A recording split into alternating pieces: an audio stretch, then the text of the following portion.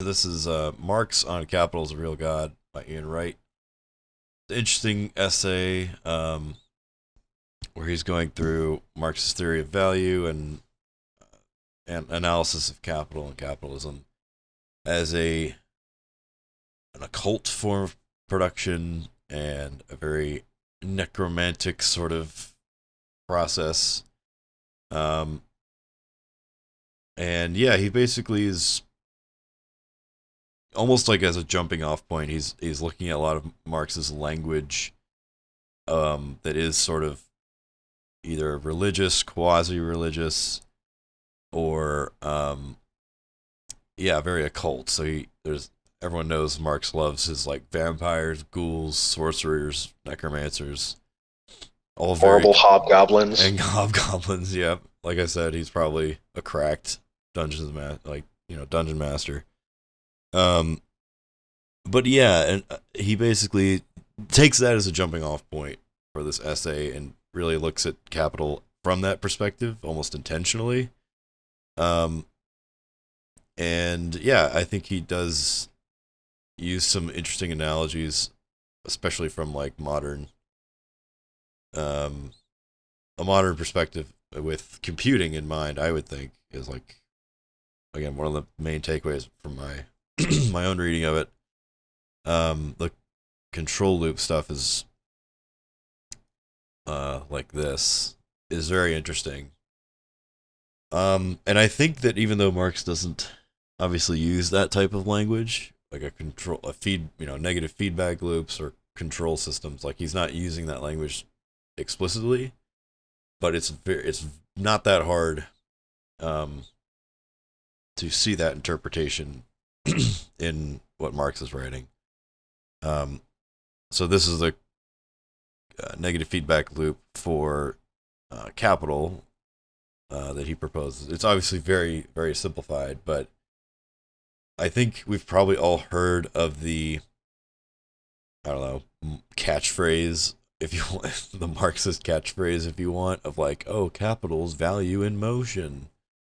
Um, I don't know if any of you have heard that, but it's it's not totally wrong, but it doesn't actually tell you much.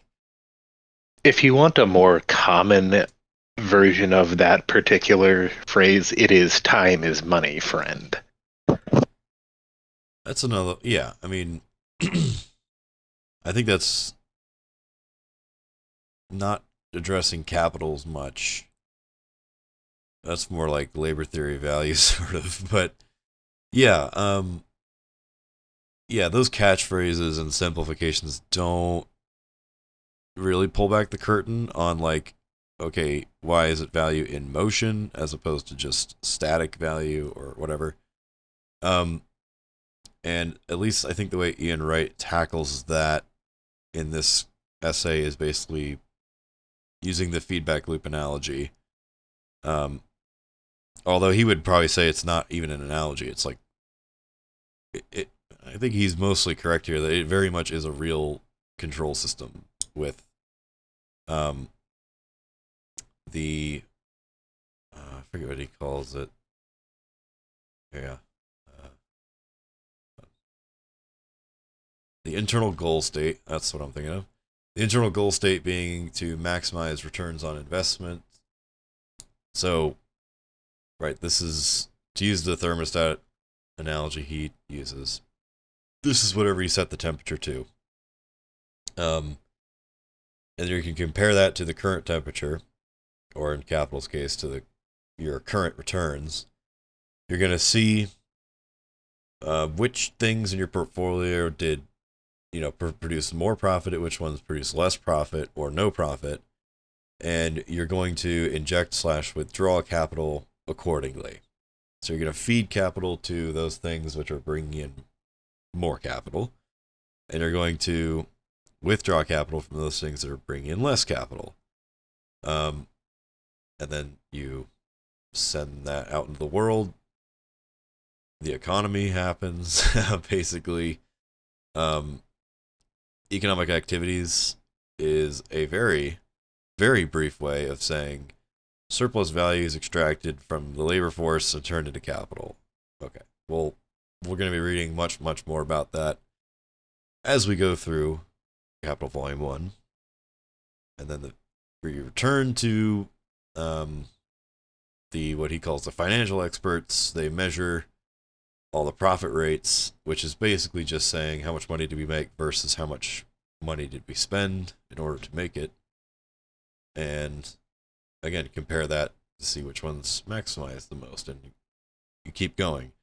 So this loop is happening all the time, and there's also, I'm sure most of us have maybe are at least tacitly familiar with the idea of like a business cycle. So you have quarters, which are seemingly arbitrary. I don't know if there's actually any reasoning behind why they are when they are. But yeah, like each of these things, they happen like on a schedule, basically. Almost, I would say for most firms, it's a yearly basis, but some it's like quarterly or whatever. But yeah, this is happening all the time, and so it's value in motion, yes, but it's sort of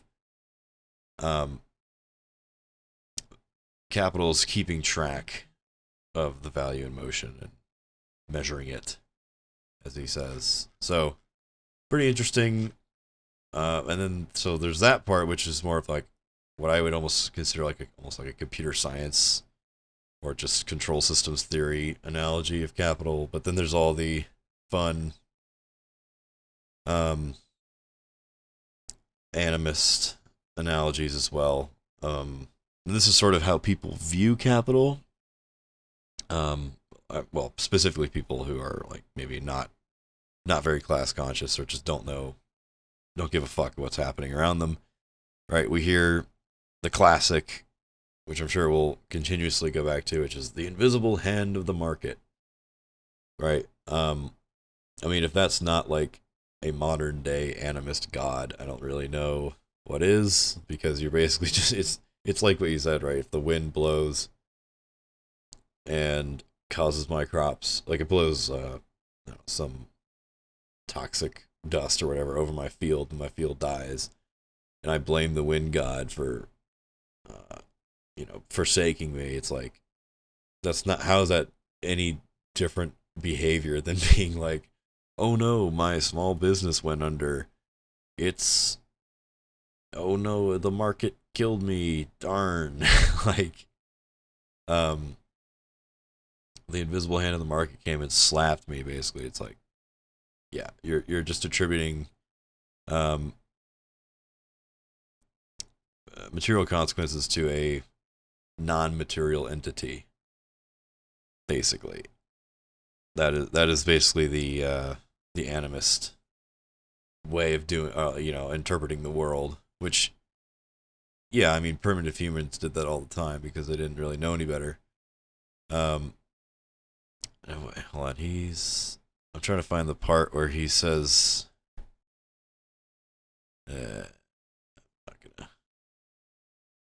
well, to paraphrase, he says somewhere in here that, like, as, oh,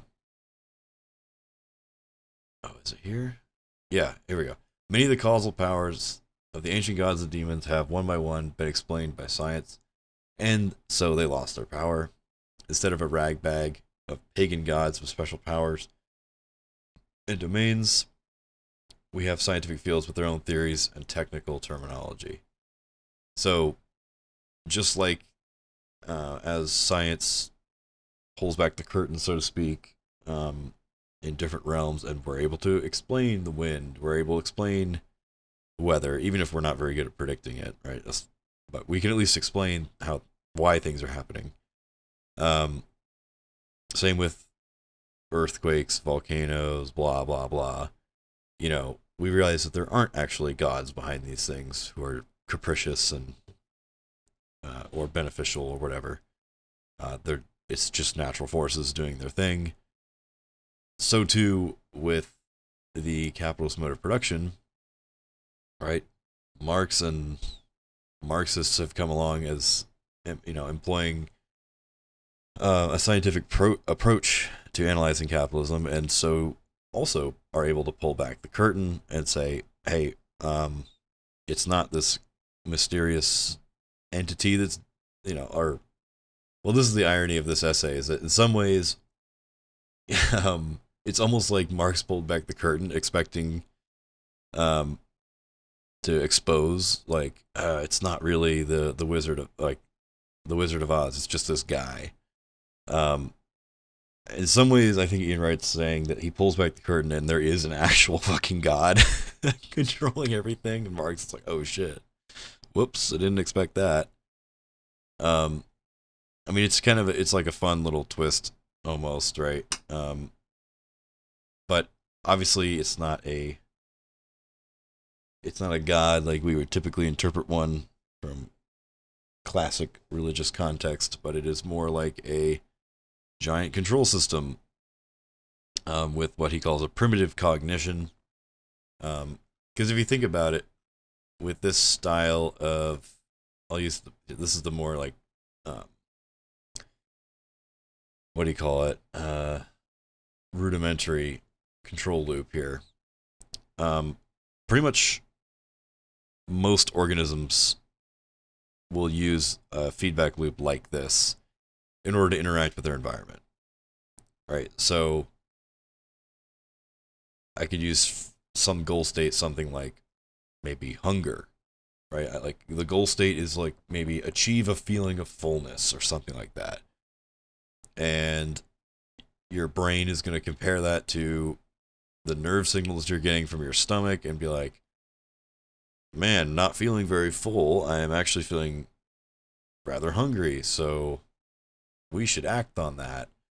And then you go into the world, maybe go find some food, and then you eat it, and then there's a new sensor, which would be like your nerves, and they're going to respond to maybe now your stomach's full of food, and then your brain will decide, oh, am I good to go? Yes or no?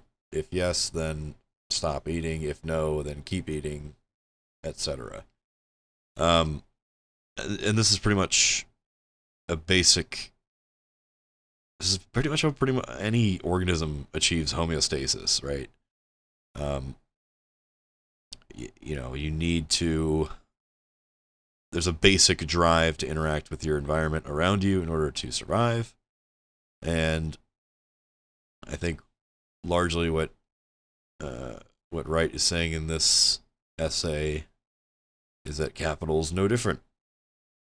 Like a living thing or like a conscious entity, it has really one singular want, which is to accumulate, right? As much capital as possible, which means converting as much concrete labor into abstract labor as possible. And pretty much everything external to that prime directive is irrelevant, right? Does that mean that there's people out there who can't afford life-saving care because, well, heck, if we lowered the price or, God forbid, made it free, that would mean lower returns on investment. And if that feedback loop ends up with people dying, but returns were maximized, so be it. So be it, right? It's completely sacrificing human well-being and pretty much any rational design of a society, throwing that shit out the window and replacing it with one which is solely driven to maximize profit. And that is why, in a nutshell, I think it is important for anyone who is even if you fall under the widest of umbrellas of like anti-capitalist, I think it's important for us to be able to communicate in very simple language why anti-capital, like capitalist. Where did capitalism even come from? Right? And we could, like, if you think of the main like large religions, they're sort of named. Their names come from. Well, I'm not gonna put them all in the same umbrella because there's too many examples. But one example I'll just throw out because it's the most convenient is like Buddhism. Okay, we got the Buddha, and it's an ism because we're following the teachings of Buddha. Okay, great. Capitalism is there is at least in the superstructural sense, there is a sort of belief system around it. Cultural norms and expectations, and for the most part, even extends into the legal system in most countries. But capitalism is basically like this culty religion that is all about improving the returns on capital. Growing capital as much as possible, serving capital as much as possible, and that's why we're against it, basically, is like the simple way of putting it. Because we can point to so many reasons that behavior is destructive towards human life and human well-being. So, yeah, I'll stop there, and I'll just ask if anyone has any questions, comments, concerns, anything you found interested, or which parts did you find interesting in this, if any. If there's any sections you want to call out or read, do that too. So what I found interesting about this, or this particular perspective, is how much it actually reflects. You might even, I don't know if you'd call it a trope, but something that shows up kind of often in science fiction, where either in some far-flung future Earth, or space travelers go to another planet, and there is an alien entity that has set itself up as some kind of intelligent, benevolent ruler, or there's like an AI or a computer or something that over the generations, people are like, oh, you're smarter than us, you've allowed us to improve our standard of living beyond anything we've ever imagined. But then as you kind of explore it, you're like, oh, there's like a super dark side where like, you have to like sacrifice a child to be the brain of this computer every 10 years, or like certain people just have to die in order for things to keep going the way that they do. And people accept that as normal because, one, that's kind of the way it's always been done, or at least as far back as they can remember. And two, oh, well, remember how bad things used to be. Things are so much better now. Like, what do you want to go back to, like, when people were starving, or, we were ruled by capricious men, or things like that. So, like, this turns up in a lot of different science fiction stories. I can think of, like, 3 Star Trek episodes and maybe, like, 2 books off the top of my head. And I can also think of a short story that I had to read in college. Which one? The Ones Who Walk Away from Omelas, I believe. Okay, I've never read that one. Oh, well, it lined up pretty well with what you were saying there, Yeah, so yeah. I figured. I mean, I was just like, oh, I've never read that one. I'll have to look it up. But I got it saved on a PDF on my phone, and it fits the bill pretty well there. Like it turns up in science fiction quite a lot. And so like looking at this essay and looking at capital as a real god, and he's kind of laying this out, and I keep seeing like reflections of the way that sort of gets allegorized in a lot of science fiction. Yeah, that makes me wonder how many of those cases are the author just thinking, oh, this is a cool like world building concept, I'll just run with it, versus an intentional analogy to Yeah. or capital. I mean, It also absolutely get could be a case of somebody accidentally stumbling upon something that's correct without realizing it. My money would probably be on that explanation.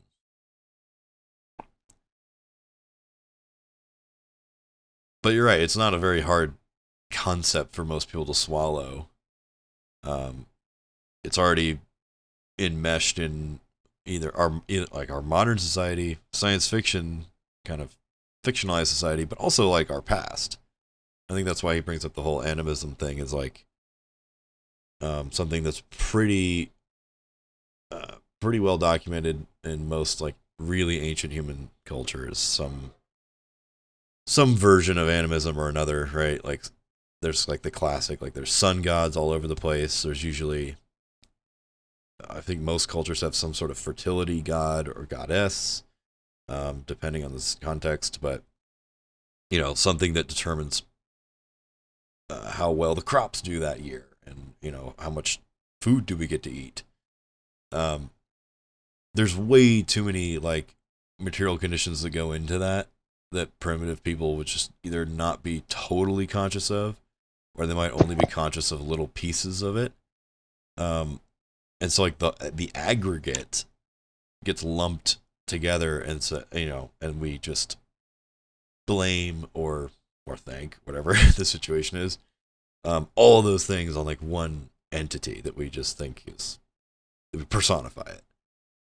I mean, as a species, we are quite superstitious. Yeah, well, and I've always thought that like I don't know if this adage is, if I borrowed this from someone or just determined it on my own, but it's sort of like, I think human beings are a very like inquisitive group in general, and that if we don't find the right explanation, we'll come up with our own. Yeah. A lot of the old animisms are also kind of a way to absolve some degree of failure by just offloading it onto, but X entity did Y because we did something that upset them, or that's just the way they are. See, and then Zeus was horny. That's right. Yeah, that's like a whole nother like barrel of monkeys. The whole like the ruling class's appropriation of religious beliefs in order to do bad shit. That is like an entire history on its own. That is one of those ones where you can have a runaway conversation about for a very long time, and I am certain that has books on it.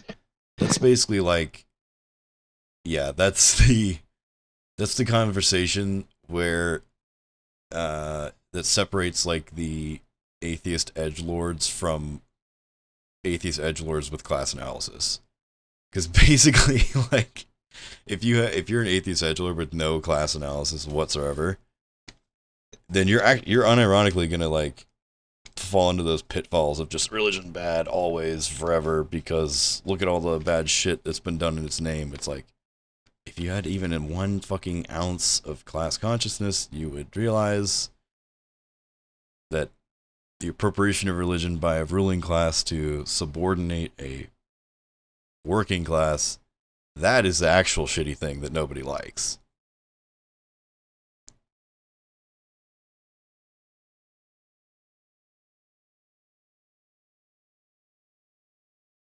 I feel like we as the left need to do a lot better at I don't want to say targeting, I don't want to say indoctrinating, but I mean that younger men in particular. Reaching out to? Yeah, there we go. I mean, because like you see stuff with like how the pickup artist human garbage tends to like really hone in on like a younger male demographic, that kind of, I'd say like maybe 16 to 24 ish, kind of get them while they're young and don't have a fully formed frontal lobe yet. And I mean, granted, we've got a good number of younger comrades on our server, but for the most part, you kind of as far as I guess maybe like a winning hearts and minds sort of thing, we're not doing that great. Yeah, and going back to the earlier part of the conversation, hi, by the way, reaching out to and making connections with religious communities. Like, that's honestly what I've been doing, at least on and off, when I'm not dealing with, like, life stuff and other things on my TikTok, is like, hey, everybody, by the way, capitalism is literally heresy. Yeah, yeah. No, that's totally For fair. a lot of those Like, people, it's- like, it kind of sucks that we don't capitalism see as many Christian supersedes, socialists out like, there. any It- religious belief, because yeah, they'll it- start to say things like, God helps those who help themselves. I'm like, that's not written anywhere. That was made up by, like, 2 words fill that out. Prosperity gospel. Yep. The Which is, gospel again, that literally money heresy. is your god. but, like, And we've come full circle to capital is a real god. Mm-hmm. yeah, there's people that work and it slowly, they think because they have a strong work ethic that kind of replaces like morality. Because they'll even like, I just know like a lot of people I work with, they'll be like, oh, he's kind of dumb, but he's a good worker. Like, he's a good person because he's willing to work or whatever it is, or he's willing to work 12-hour shifts. And Oh, that God, that's makes gross. him, yeah, that makes him a good person. Literally, oh, Yeah, God, that- that is disgusting. Yeah, Yeah, applying and- virtue to exploitation is kind of a Right, I mean, that's- huge Are they That wouldn't are they really work. talking They call to it the talking down to you Protestant- like that? And then you get into like the people that kind of worship like tech bros and billionaires. Like it does become like a religion in itself. And then you'll even get into like the get rich quick conferences or seminars where Mm-hmm. if you just Oh, and walked they- in, you wouldn't know if it was like somebody trying to sell you something or if it was just like a new age church. You have no idea. Yeah, no, like a lot of those big conferences for like MLMs are almost indistinguishable from a megachurch. Oh, if you want something terrifying, take a look at pharmacy representative display shows. Yeah, it's kind I've of the seen same those. thing. They're terrifying. Yeah, everything about those is vile. I have only been to 2 of them in my life, and that was more than enough. Yeah, it's like everything wrong with both religion and capitalism in one room turned up to 11. Nexium was like a combination between like religion and MLM, Oh Like, shit, Nexium. New I remember Age. hearing about that one. selling essential oils. Like it combined like all these and a separate sex things. cult. Oh yeah, don't forget the sex cult part of it too. Holy shit. Also, in the theme of building bridges with other communities, shout out to the witches out there, because I'm pretty sure this essay would be straight up their alley. Yeah, actually, I got a couple of friends who'd enjoy reading this now that you mention it. I was gonna say, I think most witches are pretty freaking based for the most part. Oh, Yeah, anyone on the whole Wiccan end of the spectrum will get a massive kick out of this because it is rare for them to suck the teat of capital that much, Exactly. because it is usually anathema to having a functional life. Uh-huh. I was also thinking that I know at least 5 people who would probably want to read this essay. I actually sent it to. So I used this when I first read this like sometime last year after the old man suggested it for the umpteenth time. It really did get my gears turning for like a D&D campaign. Of course, I feel like every time I read Marx, I'm just like thinking in terms Yeah. of D&D for some fucking reason.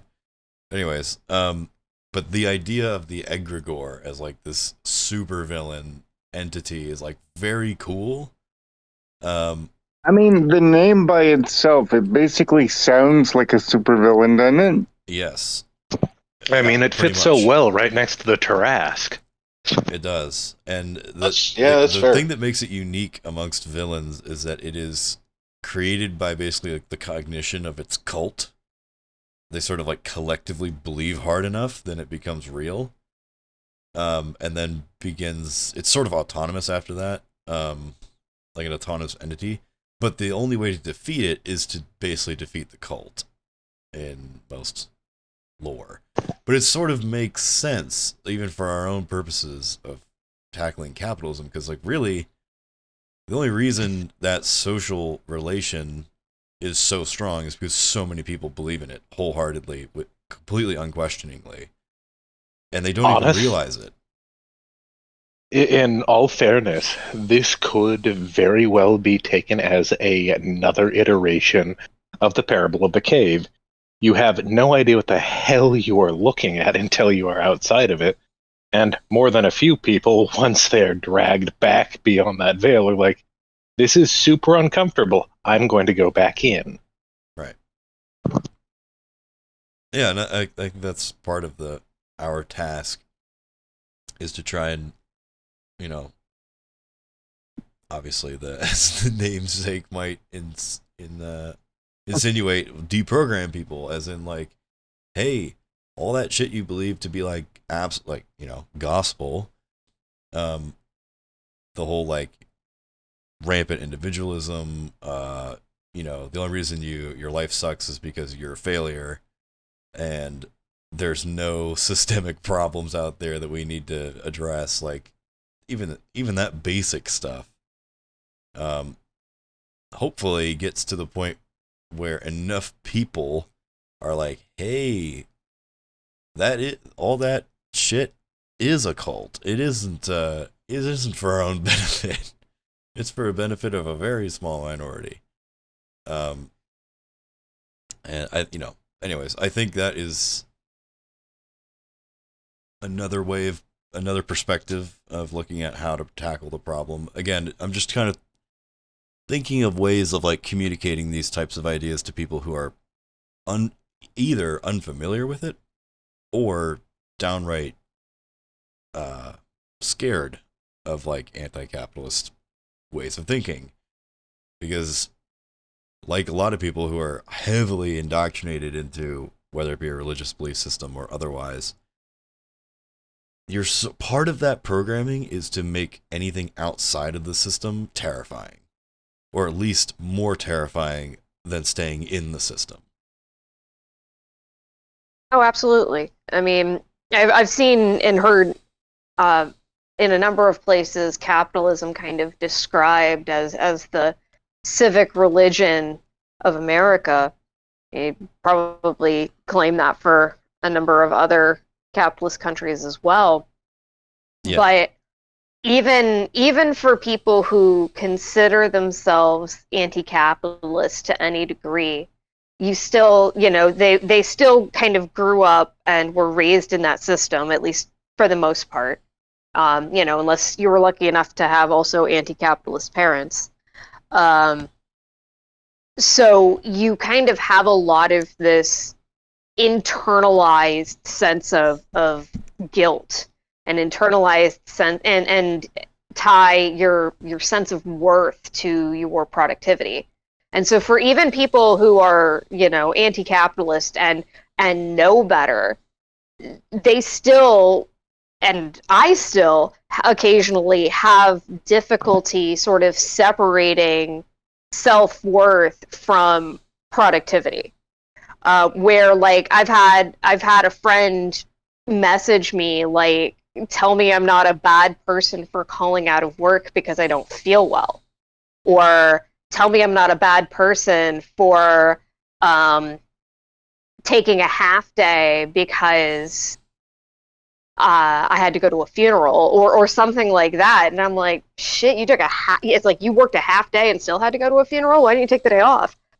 But these are all still sort of internalized things that are holdovers from, this religion of capital that we were raised in.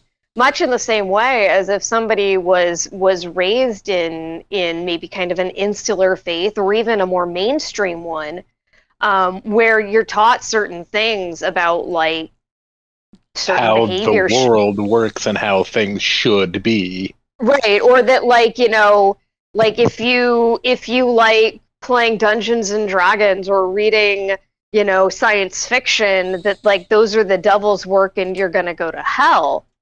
even if you've long since left that religion, even if you've long since left the community that's teaching you those things, you're still going to have like that nagging thing in the back of your mind. You're still going to have that uneasiness when you know, go and play Dungeons and Dragons with your friends, or you go and, you know, decide that, you know, you want to write a sci-fi novel or things like that. A Norse pagan YouTuber I follow calls that phenomenon Jesus in a suitcase. You're not actually in the religion, but you're still carrying it around with you.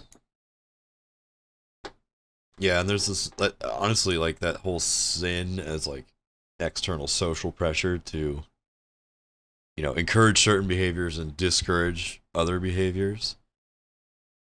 That is exactly how, you know, the kind of mainstream pro-capital, like, very liberal culture works, right? Where it's like, if it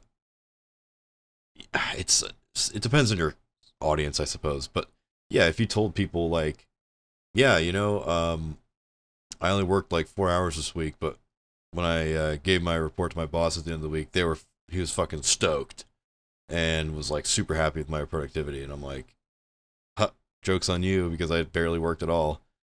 Like, sometimes that'll land, people are like, oh, hell yeah, but then other groups will be like, that is, right? It's almost the reaction of like, that is sinful. Why weren't you working fucking 10 hours a day? Like, it's crazy. Like people talk about, Why weren't you falling asleep at your desk? You know, I worked 80 hours a major, week to become successful. yeah, major shun the unbeliever energy. Exactly, yeah.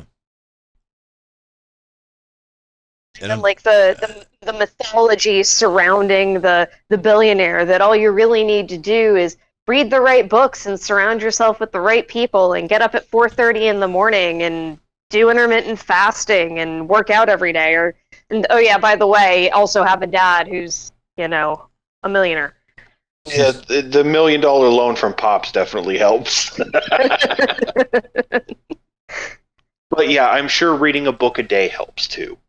I was But I'm born pretty upper sure middle I'm pretty class, sure and the I'd work loan my ass helps off more. to stay upper middle class.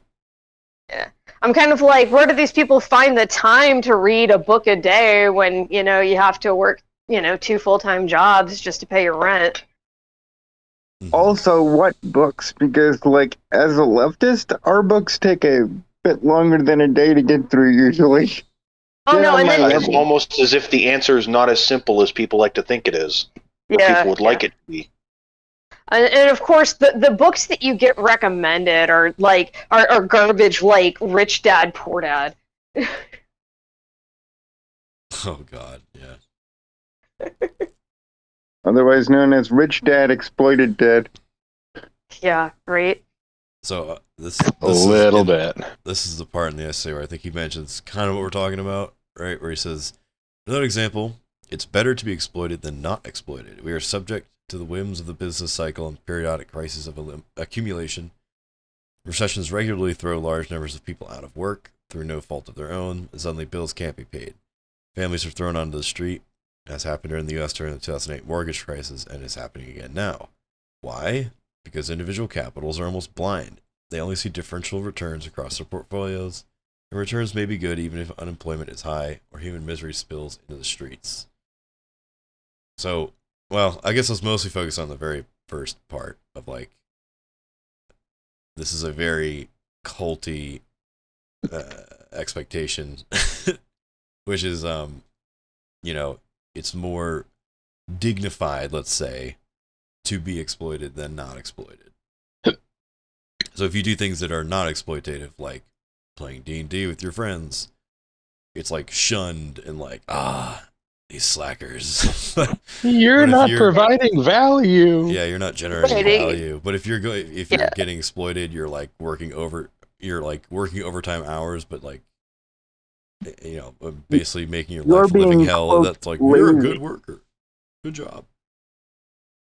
It comes down to that sort of guilt that you might feel for I'm it's like I'm going home at the end of my work day and playing video games instead of, staying and working overtime that I was offered or something like that. And so like you kind of sit there and you're like, I could be working, I could be making more money. Am I a bad person for just wanting to go home and relax? And the answer is no. But that doesn't stop your brain from spiraling in that particular direction just because it's been conditioned to believe that your value is your value as a human being is somehow tied to your ability to make money for other people. I have used that retort a few times where, especially obviously this is more with like right wing people, not as much liberals, but if you ever do encounter a sort of right wing type person who's like very much like, oh, I worked super hard for where I am, blah blah blah, like that kind of shit. I work 70 hours a week. Why don't you? Then usually my retort will be like, if you actually work like super super hard and you do believe what you're saying, why aren't you like a multi-millionaire? Yeah. Like, and they usually have no answer, right? They're usually like, they either are like silent or change the topic, or they don't have an answer to that. Yeah. Where they're like, I work 70 or 80 hours a week to have, and I've earned everything that I have. And I'm like, cool. It's like, I usually work 30 hours a week and I'm just about as well off as you are. So who's the idiot now? Yeah. There's also just I think the other minor issue that like a lot of normie people don't have a very good perspective on like wealth inequality. Right? Yeah. They're like, oh, if you make like $150K a year, you're like rich. It's like, bitch, you ain't rich at all. You own practically nothing compared to, the real rich people out there. Yeah. I mean, don't get me wrong, I'd love to make $150K a year. I feel like I'd be very comfortable, but well, isn't that part of isn't that what makes it so like depressing? Is it like, yeah, it's fucking 2023 and people still think 150K is like some uber privileged, like really rich person. And you're kind of like, not really, dude. Like, yeah, they might have a little bit more comfortable living than most people, but they are still not truly wealthy. Like, I mean, you can play the game of location with that one too, and go. That's true. That pays how many months of rent in an expensive rent district of CA? Yeah, I guess in my mind, I was going for like if the local average or median, or whatever, is 30K, and you look at someone making 5 times more than you, which is like 150. Yeah, someone with 5 times your income, you're like, damn, they're so fucking rich. But it's like, nah, that's not even an order of magnitude, right? Like, and even then, like 300K is fairly, you're fairly well off in most places in the country, not like the big cities, I guess. But I mean, actually, I don't know. I think even in a big city, 300K, you'd be pretty okay. Probably have a nice apartment at least, but. Mm-hmm.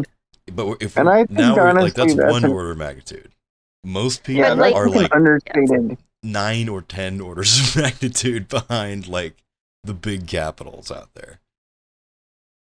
You ever see that study where they asked everybody like, where do you see yourself? Are you low, middle, or upper class? And like 90% of people are like, oh yeah, I'm middle income. Like they have no concept of oh my gosh anybody. Yes. It doesn't matter if they're rich or if they're like dirt poor. They still think of themselves as, oh, there's people less off than me and people with more money. So I'm middle class when that doesn't exist. It's not a thing. I've had that argument fairly recently with somebody of like basically trying to get through their head that middle class is not real. Never existed. It's tough. It's tough, man. That is so densely internalized in a lot of people. It's not good. It's a big political lie to obfuscate. Yep. And that stat you threw out of like, 80 to 90% of people think they're in the middle class. I'm like, that's not how averages work. Or like how income distribution works. It doesn't matter what everyone thinks they are. Like, you just put that graph in front of them of the actual income distribution graph, which, by the way, is also misleading because that is income. That is actual work.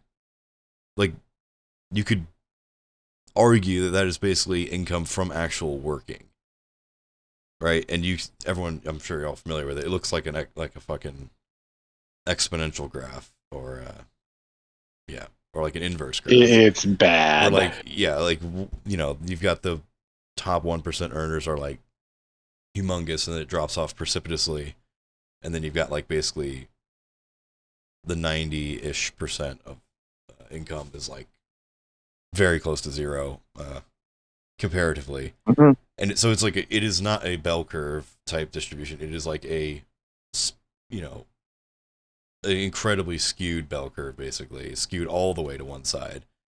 But most people think that they're somewhere in the middle, and it's like, no. And that, my point though, is that is basically just income. That is like pay for actual working. That usually those graphs do not include capital investment or capital returns, which would be even more grossly distorted. Like, you wouldn't even, like, the income of basically the average working person would be like completely imperceptible in that graph. It'd be like one row of pixels, basically. Well, yeah, just how crime stats don't include wage theft. I was having that conversation with my sister-in-law the other day. I'm sure that was fun. Giant air quotes.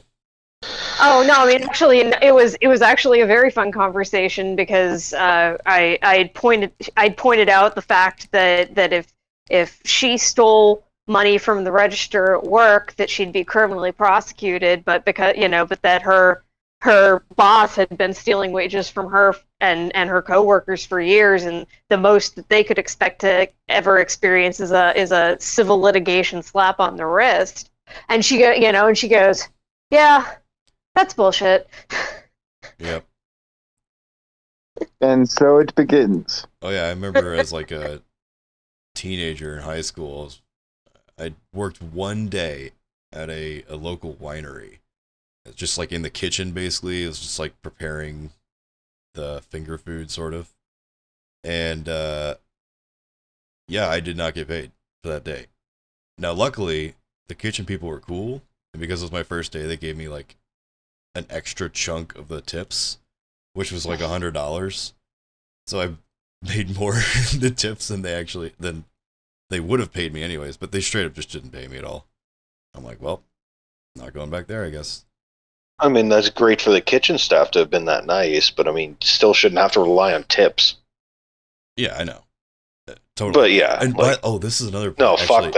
fuck them for not paying you. Yeah, and this is also crazy because I remember this distinctly. I remember waking up to a phone call at like 6 a.m. and I'm like, holy shit!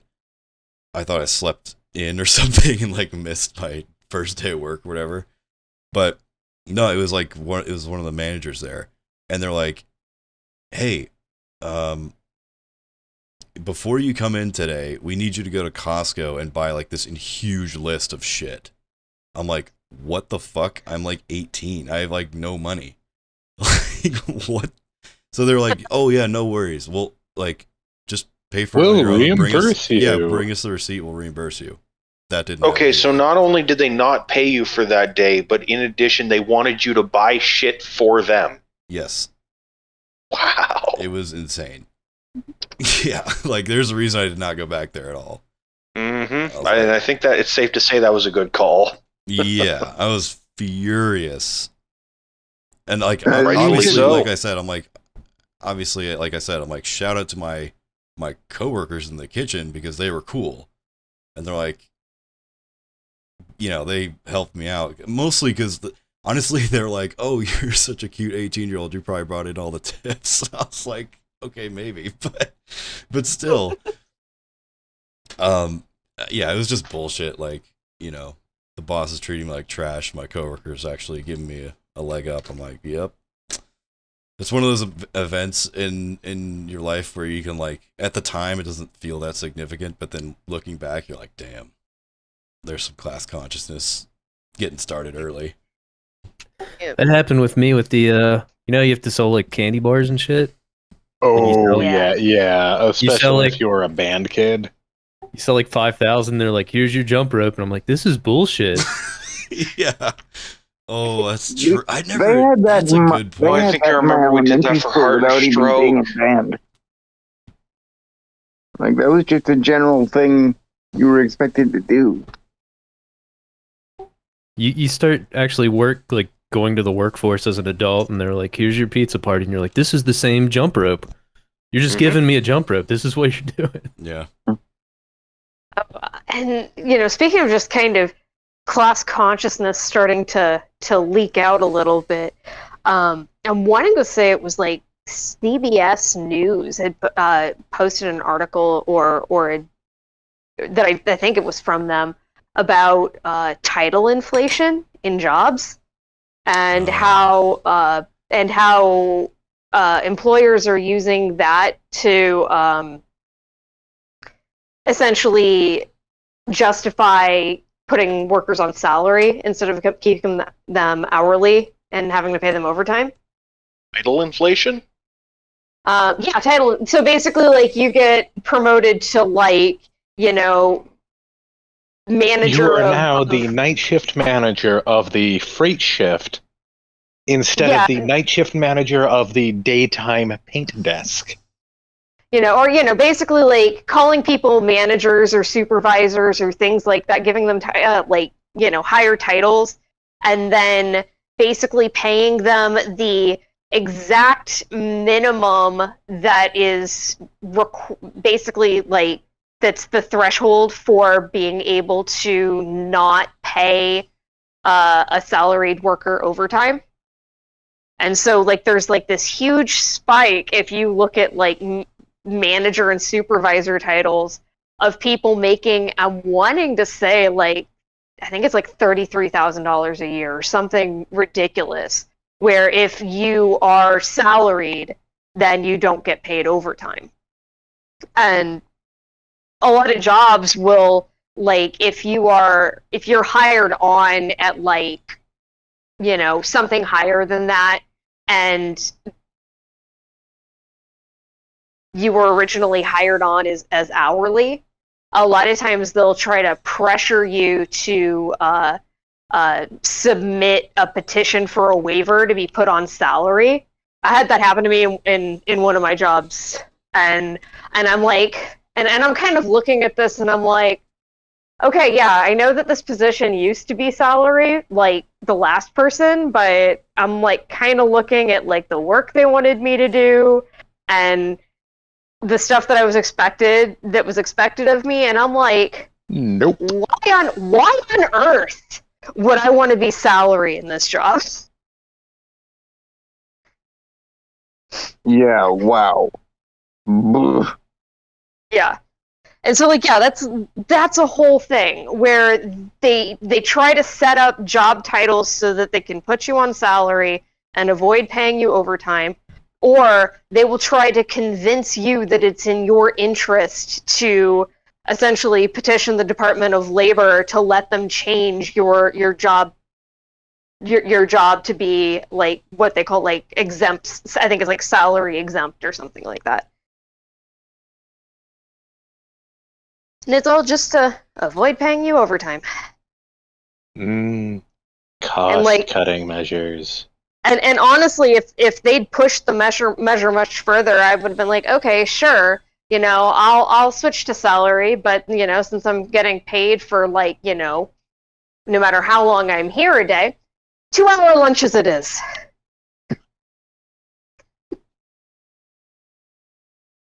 And like that's the like one positive side to my economic situation, because since I've functionally never worked what people would consider a regular job, I'm looking at all of this more or less from the outside, and it's so fucking bizarre.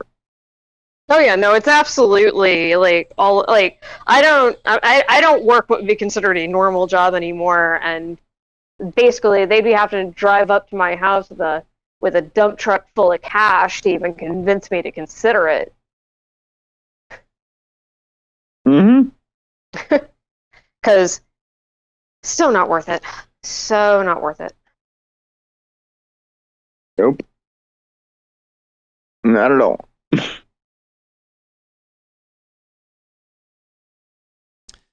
So I think one of the other things about the essay that he kind of insinuates, but I remember when I first read it, it stuck out to me as something I've also observed. Which, so again, with the whole like control system thing, I've always, like, for a while now, I basically have thought to myself that most people have internalized the internal logic of capital, just as a consequence of living in such a society, right? Like, everyone knows exactly what's going on. They're just not. They usually don't either have the language for it, or are not totally conscious of it. They're sort of subconsciously aware of it, which is why it usually doesn't take too much to get people to quote unquote see the man behind the curtain, sort of thing, or at least the mechanisms behind the curtain. Because yeah, like when you have, right, where it says like every day millions of workers around the globe have no choice but to sacrifice their time and their vitality to produce new profit, the autonomous controllers. I think everyone is very familiar with this procedure. It's just that some people think it's either good, or like a daily inconvenience, right? Because I know, like, when I hang out with the homies, or whatever, and like, inevitably there will be at least one person, if not most people, bitching and moaning about what? Work. Like, pretty much always. And it has to do with some nonsense of having to, like, work really obnoxious hours, work too long, or like, oh man, the work this week really sucked for whatever reason. Oh God, like, it's so hard not to, like, interject constantly and be like, hey, there's a reason why that's happening, right? I think my friends have mostly gotten used to the fact that if that comes up, I'm going to be like, so, capitalism. Yes, I am officially also that friend. Yeah. But Actually, to be fair, I probably have at least begun to radicalize the vast majority of my core group of friends. That is good. Actually, my main thing is they'll complain about something that is obviously to do with capitalism, and I'm like, there's a solution to this. Yep. Like, I'll never forget, like, I remember one time, this was a few years ago, I was playing disc golf with this guy, and he kept getting a phone call, like, multiple times. And, like, he's obviously, like, irritated, and he wouldn't answer. He just kept looking at the, like, caller ID. I was like, God damn it. Like, I'm just like, dude, like, who the hell's calling you this much? And he's like, oh, it's the debt collectors, who were calling about my daughter's, like, medical debt. I'm like, Jesus Christ, dude. And this dude's like a hardcore, like, Republican. I'm like, dude, you can't make this shit up. Like, God. I didn't think the leopards would eat my face, says the person who voted for the leopards eating people's faces party. Yeah, in some ways. Mm-hmm. Coming But to a if you ask province them, near like, what's me the pretty problem soon. here, and they'll be like, well, it's obviously crony capitalism, or Yeah, you'll get weird justifications for the actions it's the that global. are highly detached from reality. It's obviously the globalists controlling the world. Like, Yeah, you can almost hear the parentheses when they say that. Yeah. That's actually another interesting point. Where, like, I guess sort of along the lines of the animism thing. But if you don't have like an objective analysis of what's going on around you, and you, in a very animist type of way, you sort of just ascribe it to either like, I mean, most people wouldn't even go so far as to say like the invisible hand of the market, right? Like, I feel like if you get to that far, you're actually doing pretty well. But a lot of people don't even get that far, and they'll just start throwing anything at the wall that sticks, and that's where you get a lot of conspiracy theories about, like, obviously, the anti-Semitic ones are probably the most infamous, which also, I think, didn't that become, like, much more popularized by the Tsar or something? Like, in the years, like, before Name Russian an Revolution? aristocrat. I Oh, don't I mean, know about necessarily the Tsar, but I know I mean- Lenin had a speech on it. I mean, Jewish conspiracy theories go clear back to, goodness, like probably the 17th century or earlier. Oh, I think I'd was say it? probably even earlier than that, yeah. Yeah, well, because Like, there's a through line for several hundred years at this point. yeah, I mean, with the kind of like the whole blood libel thing, and just about any, if you look at just about any conspiracy theory close enough, you'll find the anti-Semitism. Right. Yeah, Mhm. but I guess that's my point, right? Is that like most people have internalized the control mechanism of capital. They understand it, even if they don't consciously understand it of what it is, but they do obey it, and it is frustrating. Most people do at some point become very frustrated with it, or alienated or whatever. And yeah, I think the conspiracy theories are very convenient to just say, oh, it's like them. It's this group who are, wringing their hands in some evil cabal. It's like, no. It's like you're so close and yet so far. You've gone way over into deep end land. I know who's doing Got this it. to me. Oh, you do? The Jews. No.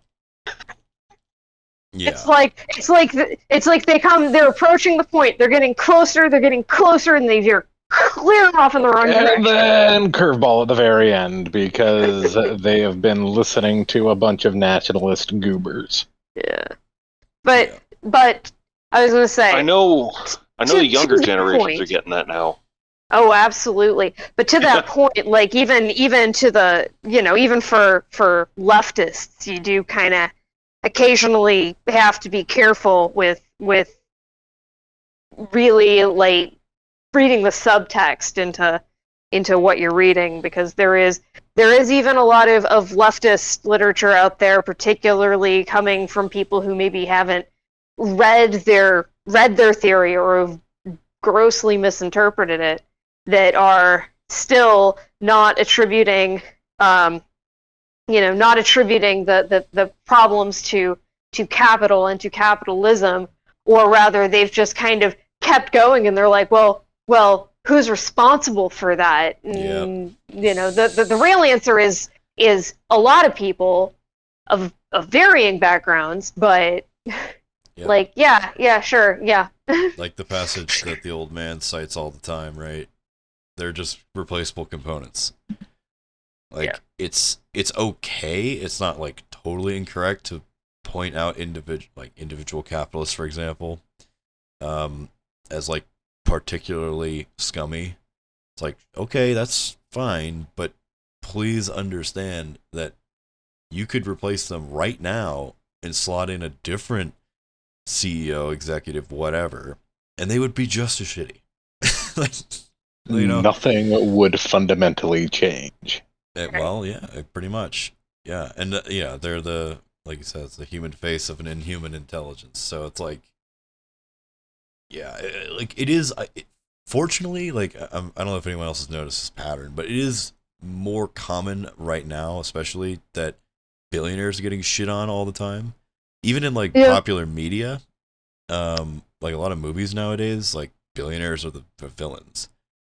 Like Squid Game, fucking. Even though it was trash, The Menu. I don't know if anyone saw that. I did not like it that much, but still, I the did. billionaires. It wasn't good. Yeah, It I didn't wasn't like. good. I didn't like. It was very preachy, but still, you get to at least like, oh, the rich, like snobby tech bros are they're shitheads and they're getting like tortured and shit. It's like, okay, cool. Like, if I'm fine with that class being like villainized, but it is usually in a very individualist way, where it's like this individual is very scummy and they should just be replaced with a better billionaire. That whole search for a kinder capital, which physically cannot exist. If I Give hear away- one more person online say that they like Warren Buffett, I'm going to run over their feet and then park. He gives away 1% of his total wealth every year. Well, that's Such a good 99. guy. That's 100% not enough. It makes me really upset how like capitalists are like appropriating anti-capitalist messaging for all like these recent, you know. Oh, that is. Well, yeah, but that's a alien. tale as old as time. They've been I doing this for know. fucking like yeah, I know, centuries but at this it point. just it makes me really upset. Yeah. It's like, hey, that's ours. Like yeah, like as you said with Squid Game, like oh, like everyone was so hyped about it, and then now and yeah, with Parasite as well. But like now, like a few years later, there's like I guess that push is gone completely. Everyone's like, oh, it was a good film. Yeah. Who cares to be anymore now? fair, well, yeah, I would say to be fair to those two films in particular, they are actually a bit more systemic in their critique. I like Parasite a lot. Yep. Parasite I hated is the reaction. well Parasite. done. Even if they're shit, it's still becoming more prevalent, I guess. It Like, there's a lot is, of TV and movie, and that's good. it is ultimately, I think, pretty good because it at least gets people like thinking, because you know, fucking, especially in Hollywood, right? There's like a cyclical villain cycle, Yeah. where you look at '80s was all like, Russians, the commies. Or Donald Trump. Yeah, Like, that's a good. seriously, he's like 70% of the villains. It's true, and Like I didn't Die even Hard think was about stuff. that, but that's honestly a good point. They could just be saying all these billionaires are basically variations on Donald Trump, which is, if you're they're going to villainize not him, sure. technically incorrect. Mhm. They're just maybe, slightly smarter. Yeah. And then Oh, you that's the have other one I was thinking of is the new Glass Onion, the Knives Out movie. That was one of them I saw recently where like the kind of antagonist shithead guy is another like tech bro billionaire type character. So it's like, okay, cool. Severance was And- like it was a TV show that was kind of like anti-work combined with like Lost. What was the one with the train? Snowpiercer? Yeah, Snowpiercer. I think that was like wasn't that a Yeah. South Korean book or something? Potentially. There seems to be It's a a- lot of anti-capitalist stuff coming out of South Korea, and considering wonder they're right in the why. belly of the Yeah, beast, that's a they're- good thing. Snowpiercer is made by the same director as Parasite. Bong Joon-ho. I think. Yeah, Yeah. exactly. South His Korea's other got some movies are pretty- really good. Yeah, they've got some Definitely really base recommend. shit. I mean, if you think about it, like South Korea's been ravaged by capitalism. Well, I as mean, bad as them and almost any other Japan are the place. closest. Them and Japan are basically the closest thing I can think of to like a literal cyberpunk dystopia. So, yeah, I can see why a lot of anti-capitalist stuff would be coming out of it. Yeah. It's just good storytelling though. Like it's really easy to make a movie or a show where you're just like the rich people are the bad guys. Well, that's On that's a the side fine note, if line. you haven't That's the listened fine to, line between like a systemic critique versus a individualist critique. And I think, especially in American media, you find the individualist critiques way more often. Of like, oh, this one capitalist was a shithead, or this one billionaire is a shithead. It's like, okay, that's fine, but you need to broaden your scope to be an actual critique. Yeah, I mean, and a lot of that I think comes down to just the way that the American culture tends to be individualist. Totally. Like on the whole. So, nothing is, as far as I'm going to say the powers that be are concerned, nothing is systemic. It's always, as you hear so often, a few bad apples, but then of course they never complete the saying, which a few bad apples spoil the bunch. Whether it's billionaires or cops. Well, it's even individual on how they acquired wealth, because it's always they're self-made or they started in a garage or whatever it is. It always has to be like you want the underdog to work their way up from the bottom, because that's the American dream, and that's not how it works. Yeah, they always skip the step of capital investment happening. Or they just have rich parents that went to like Ivy League schools, and the garage they started their business out of was a house their parents owned or something. The $1 million loan. Yeah, but even if hypothetically you were actually broke, came up with something, it's a big hit, at some point you're going to have to scale up production. You just have to, like, literally, you have to, in order to actually become a large firm. Where does that capital come from? It's got to come from somebody else coming in with more capital and injecting it in, if you didn't start with it already, which is every now and then you'll have an actual self-made millionaire.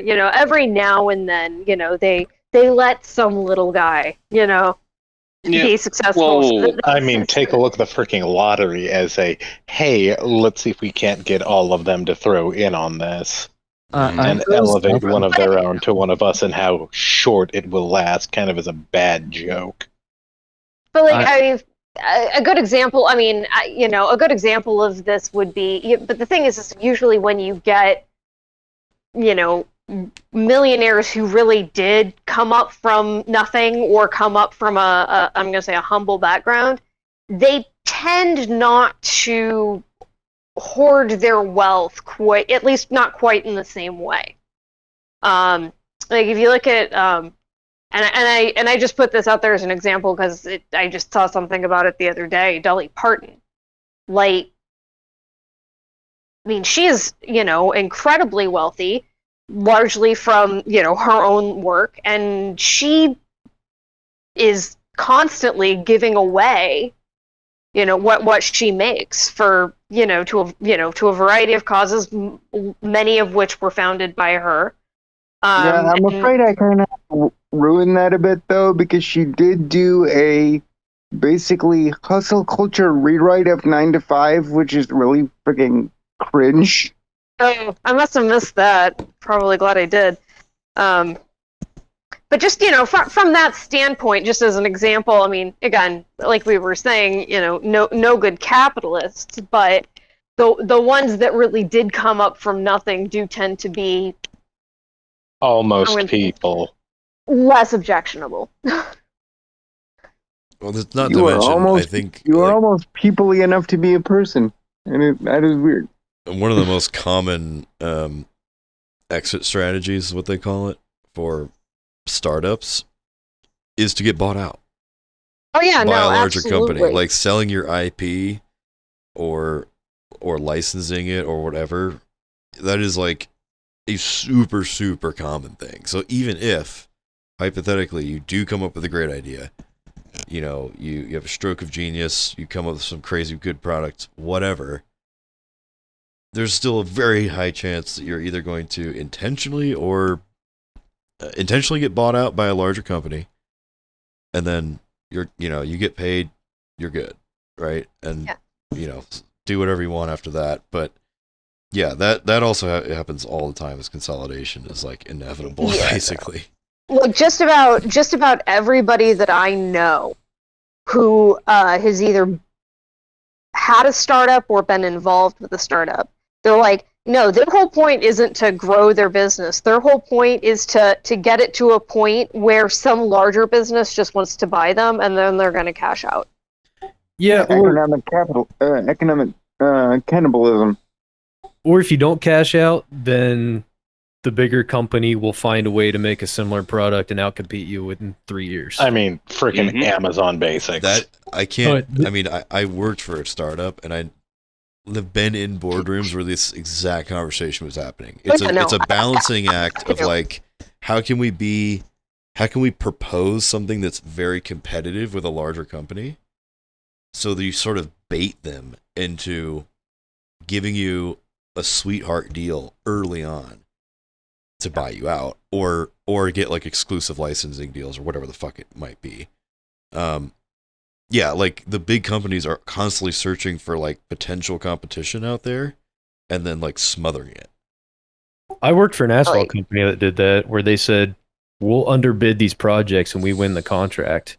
And we just need to do this for 3 years and then we'll have a monopoly for like multiple states.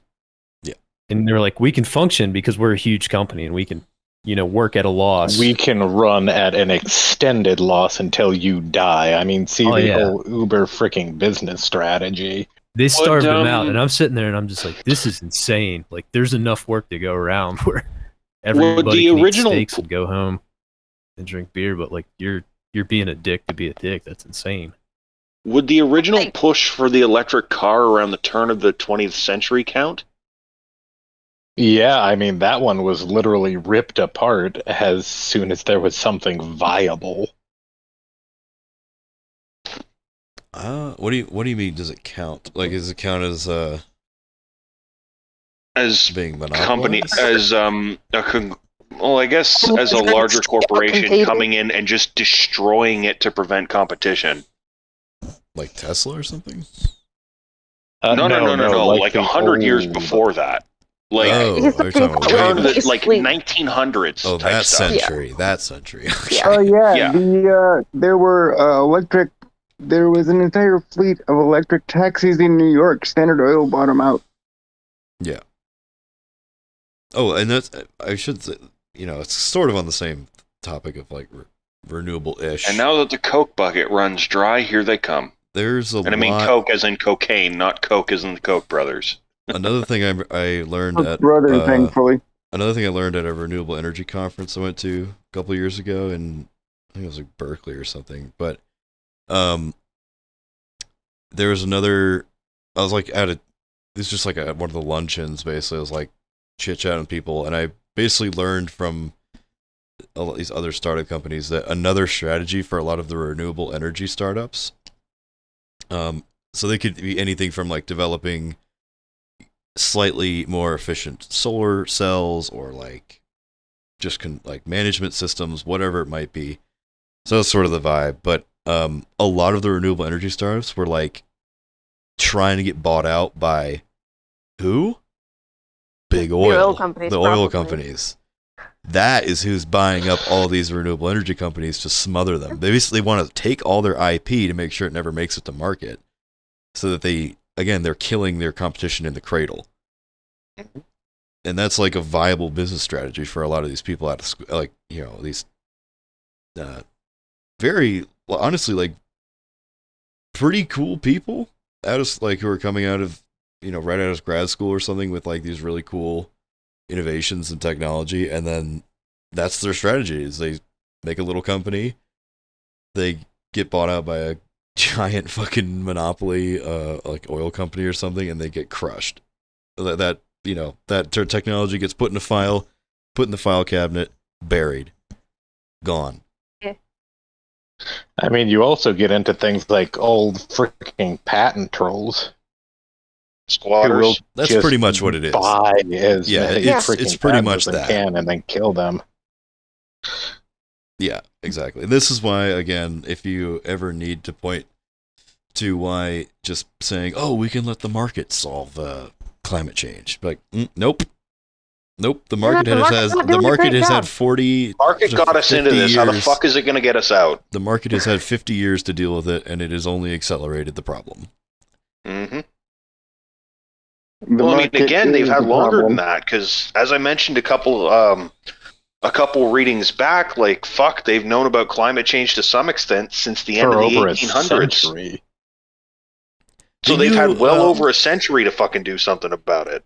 They knew it was We just need to theoretically possible. deregulate and capital even- harder. Even if we're Mhm. generous and we say that, like, when the first, like, intensive studies by Exxon, I think, when they I think were- it was Exxon, yeah. Yeah, when they did the first, like, really intensive study in, like, the 60s or whatever, that I would say was probably the earliest I would say is it was confirmed by data, like a lot of data. Because I Mhm. think it was more hypothesized in the early 20th century. But it was more verified by data in like the 60s, but then it was covered up until about the 80s. so Mhm. so And then that's that's why I when said they at least decided to make roughly it- 40 to 50 years of like public information, this being public information. But then that's when they decided to make it a consumer problem and invented the carbon footprint. Oh my god. Mhm. Just eat I less. think the carbon footprint was BP. But yeah. Carbon footprint Oil- is indeed Oil BP. industry in general. Oh, Well, so yeah. The people who brought you overthrowing Mossadegh also brought you the carbon footprint. Wonderful. Didn't the Bush administration have to do something with like global warming being rewritten to like climate change to like make it sound less scary as well? Yeah. Mhm. Would not be They did. surprised. I mean, this climate is Bush change we're is talking about. I can't say I'd be technically terribly surprised. I was gonna accurate. say I didn't think that was a government thing. It was more like scientific messaging.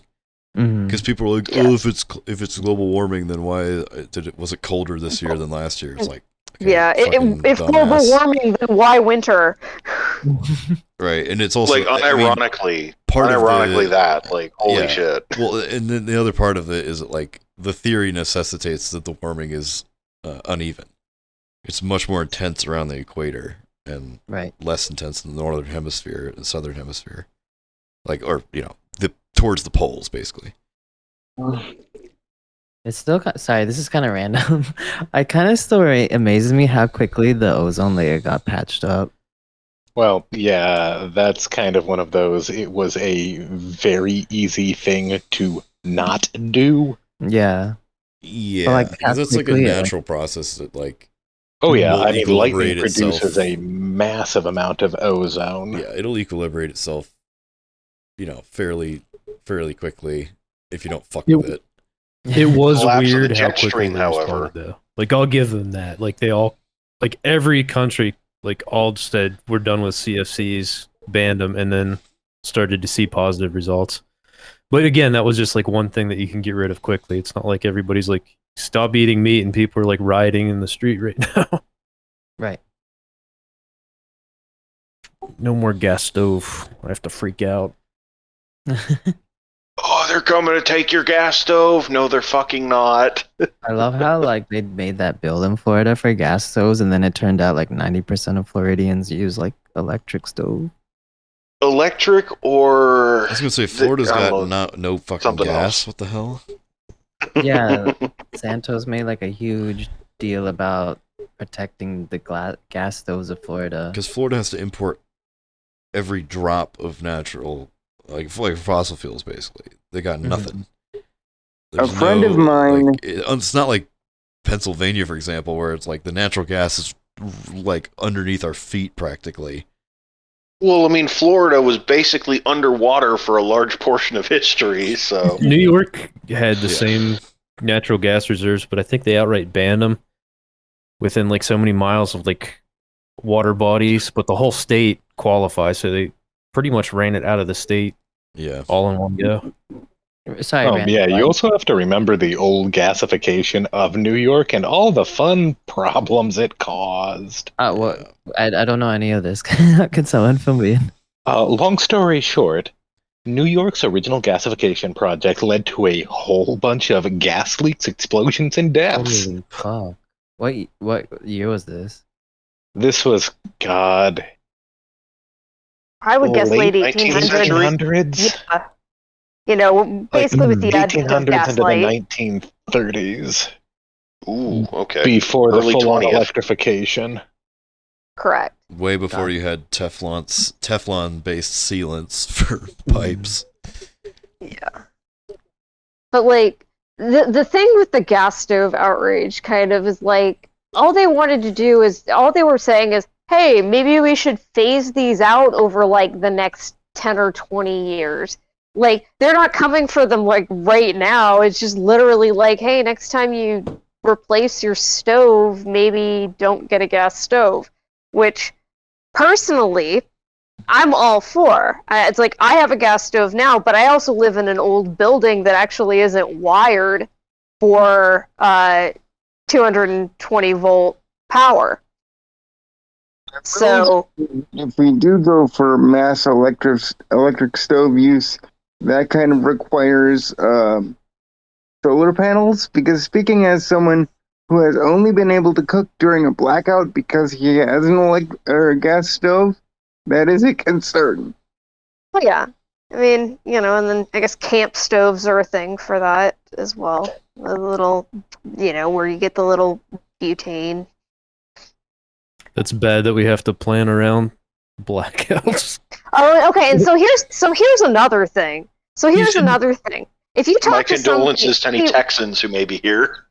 If you talk to somebody outside of the United States, for the most part, blackouts in any other country that the United States would consider an economic peer are super rare. Like, some just absolute catastrophe has to happen for there to be blackouts. Whereas, like, here, they're just sort of like, oh, a storm blew through. Yeah, there's like 30,000 people without power because of like a normal summer thunderstorm. Yep. Oh, well. Whoops. Back home in Meanwhile, India. in South Africa, they schedule it. It's called load shedding. The last one that I remember hearing about was, the I way think, the around utilities the are set up, beginning they of the don't make 20... any money. Was like right at the beginning of the doing tree 2000s? clearing. They only make money at building new infrastructure. So, like, Yep. switching over to electric is going to benefit those utility companies more than anybody else. Like, the way it's set up is they want them to have that incentive to build, towers, structures, all that new stuff. So they should have been building more infrastructure yesterday. Like, the fact that they're dragging their Absolutely. feet. Right. And you can only generate like solar out like in the Midwest. So you need to have tons and tons of lines installed, and they're just not doing that. And the writing's on the wall. Like, you keep making ICE vehicles, none of the world's going to buy them. You have to switch now because everybody's switching over to all electric everything. Even though it's not like electric's our savior either. So And there's again, it's the dying breath of a dying industry. Ban cars, only train. Marx did not invent the theory, the labor theory of value. He simply observed what was a thing that existed. And I'm paraphrasing Kwame Nkrumah right here. He observed the labor theory of value. It existed without him. Much like, Newton's theory of gravity. Gravity existed before Newton ever was born, before he observed any of, Newtonian physics. Like, these things were immutable facts of the universe. I would say we even had language for it. The word value already existed. It just didn't mean anything. Sure. Yes, absolutely. So when we talk about these things, these feedback loops, as this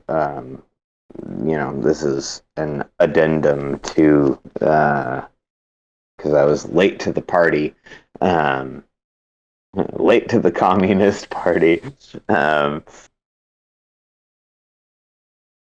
These things exist without us, right? These feedback loops, all of these things exist without us.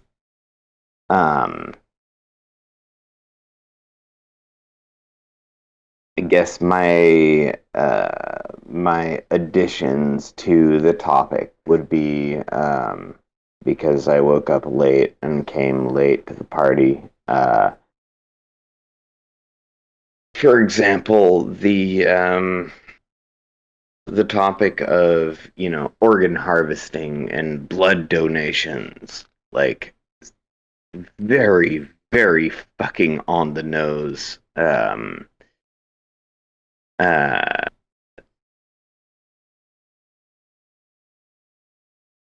Examples of how these economic systems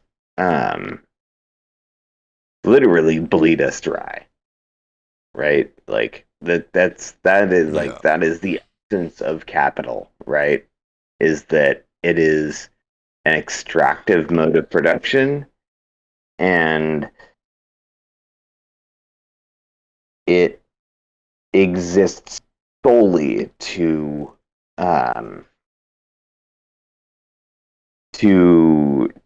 absorb, you know, the labor power that is our potential. And to go back to what we were saying in the last phases of, you know, the after party, there is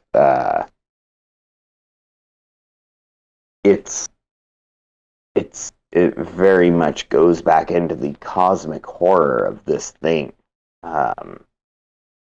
because and I wasn't there for a lot of this, so I might be retreading some things, but I'm just gonna offer some of my own ruminations.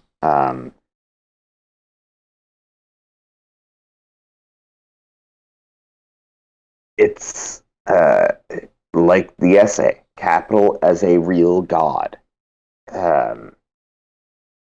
There's a certain Lovecraftian horror about this whole fucking thing,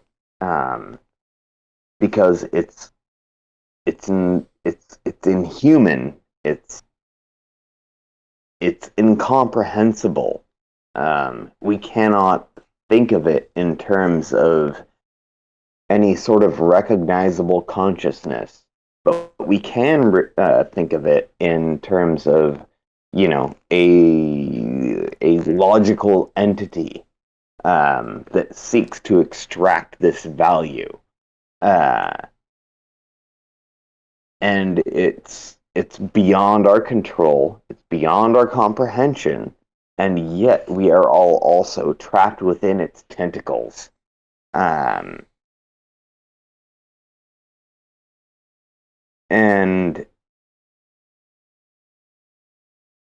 I think it's important to understand how we are all complicit components of that real God, and yet we are also controlled by it. And that goes back to further down in the essay where they talk about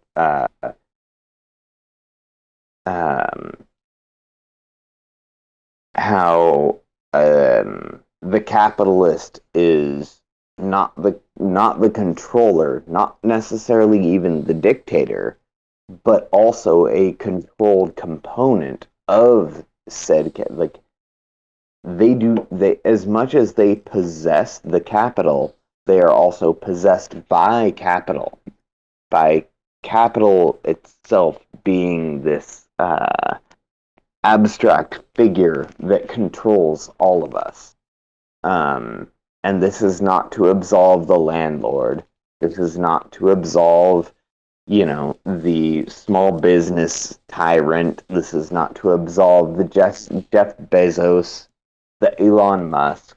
Like, all of those people are horrible and responsible for immense human suffering, but they are also possessed and compelled by the very existence of capital, and And I think that's a very important thing for us to remember and to keep in mind. And goes back to my other rant about not like relishing, revolutionary violence, because these people have agency. They are bad. They do fucking unimaginable stuff. They inflict unimaginable suffering upon the people whom they have control over. However, they are not necessarily responsible for that suffering. They are to an extent, but they are also actors within a socioeconomic system that compels them to do this unimaginable violence. And that is why we should also not relish in the revolutionary violence that, frankly, they deserve, and will be necessary to change this one day. But it's not something that should be celebrated. That should be, treated as an objective good.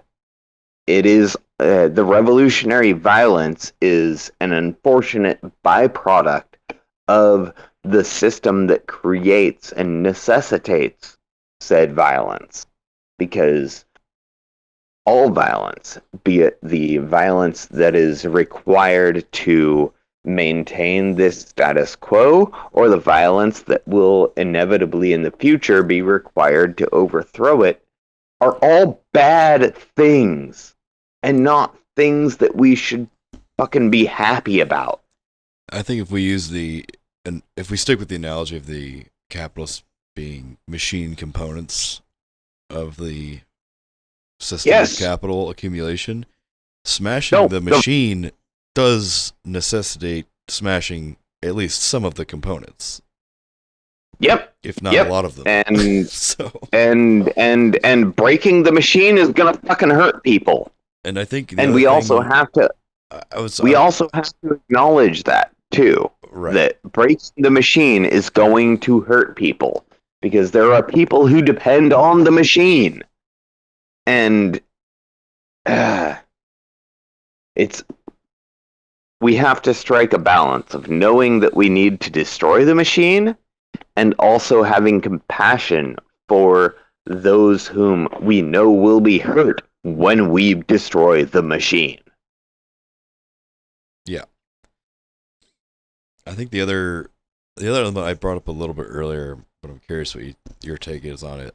I personally find the analogy to an egregore very interesting, right? Where it's a godlike entity that is only summoned by the collective cognition of its believers, of its cult, basically. Yeah. And that's another one. If you want to kind of extend the analogy, then, a lot of our effort should be geared towards basically, obviously it's on the nose, but deprogram people out of that way of thinking, of like thinking this is normal, that it is a cult. Hey, you maybe should not believe in this. The cult of capital, basically, that like. Yes, it only exists because we believe in it, right? Exactly, it's just, and that's why I don't remember. I don't remember who has the quote, but they basically say like Marx's greatest contribution was the discovery of capital as a social relation. Money, like, for example, money, it only has power. It only exists because we believe it does, but because we believe it is. Yeah. Capitalism only exists because every single day we all wake up and keep doing capitalism. Could, as a species, simply end it. We can end it right now. we don't even have to wait for a new day. Yeah.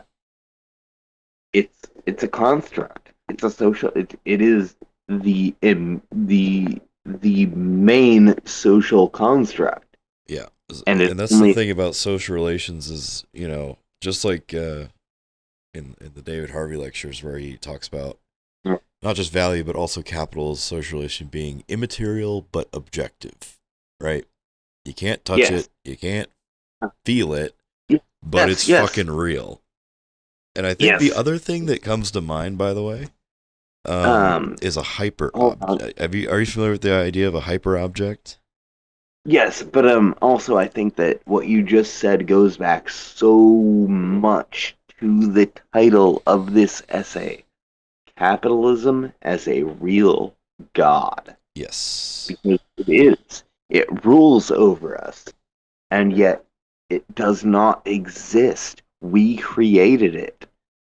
And I think that is applicable to all other religions. This is my fucking edgy atheist Marxist take, but it's not fucking real, dude. It doesn't exist. We made it. We can unmake it at any moment. We can just stop doing the thing. And yet, every day we woke up and, went to the stock market, went to the what is it, the NYSE, right? Every day we recreate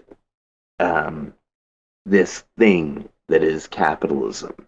Every single day we create a thing that is essentially non-existent. It only exists because we create it every single day. Yeah. Our own social construction turned back on us to control us.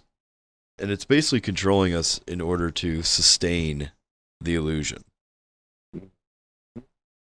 And I think that's because that's another thing that I constantly am taking away from Marx. I want to say I first encountered it in Wage, Labor, and Capital, but basically where he summarizes the system as saying that, like, it's designed in such a way that the only way to exist is to support the system.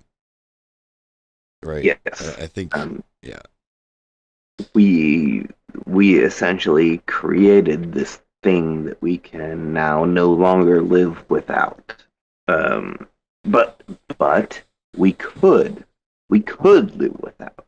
It's more, it's simultaneously, it's difficult to live without, but it's, I think more importantly, like the social relation that is capital requires the humans to actually not only increase capital, like actually extract surplus value and all that, but also to, like you said, constantly reinforce the social relation as a real thing. Yes. That is necessary for society to function. That is like the superstructural goal. Yes. Every day we wake up, and in order for it to continue existing, it requires that we all wake up and go to our jobs and perform these prescribed functions that are, like in the essay, this feedback loop that is required for the entity that we call capitalism to exist. And it is an entity, and that's why the essay is called Capitalism as a Real God, is because we are all functionaries of this real entity that we have created, and that it simultaneously enslaves us all. And it's going to continue to do so until everything that we know and everything that we love dies because of our enslavement, because of the thing that we created to enslave us. And unless we revolt against our own creation, then we're all fucked.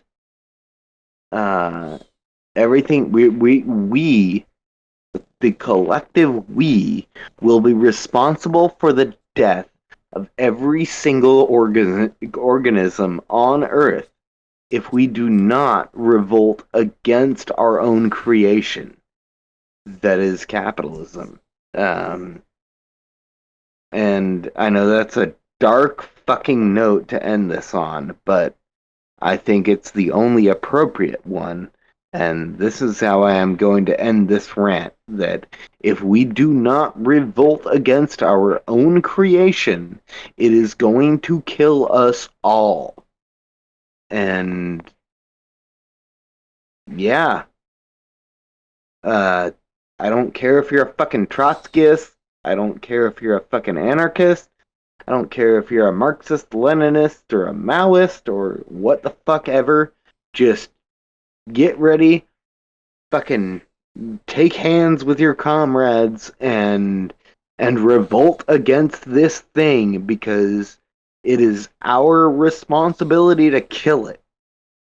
We made it, and we have to kill it, because it's gonna kill everything that we know and love.